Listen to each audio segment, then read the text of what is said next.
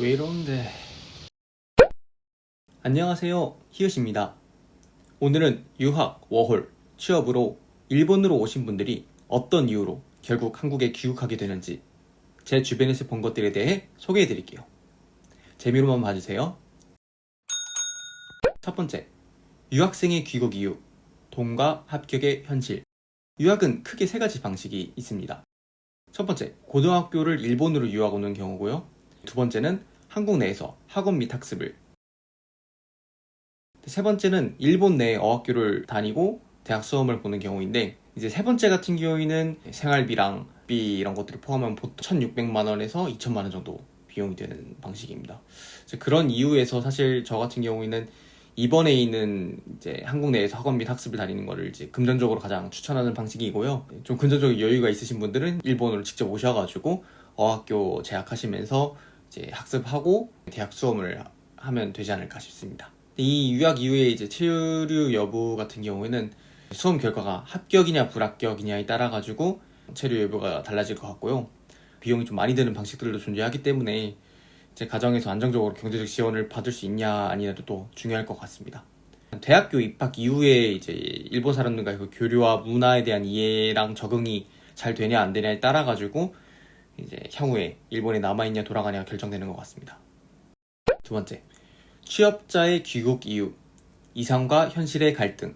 취업의 세 가지 방식으로서 첫 번째, 어학교, 워킹 홀리데이 방식이 있습니다. 어학교 내에 채용 담당자가 직접 와서 그 면접을 볼 수 있는 기회가 있고요.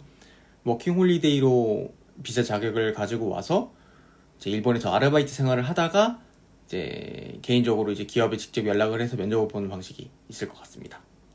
두 번째는 이제 일본 기업 채용 박람회라고 해가지고 이제 국내에서 이제 코엑스 등에서 이제 일어나는 방식들이 있는데, 이제 이 면접을 통해 가지고 이제 한국에 있는 대학교 졸업 이후에 이 방식을 통해서 들어오는 경우나 이제 한국에서 이제 본업이 있으신데 전직을 통해서 박람회 통해서 들어오신 분들이 또 계십니다.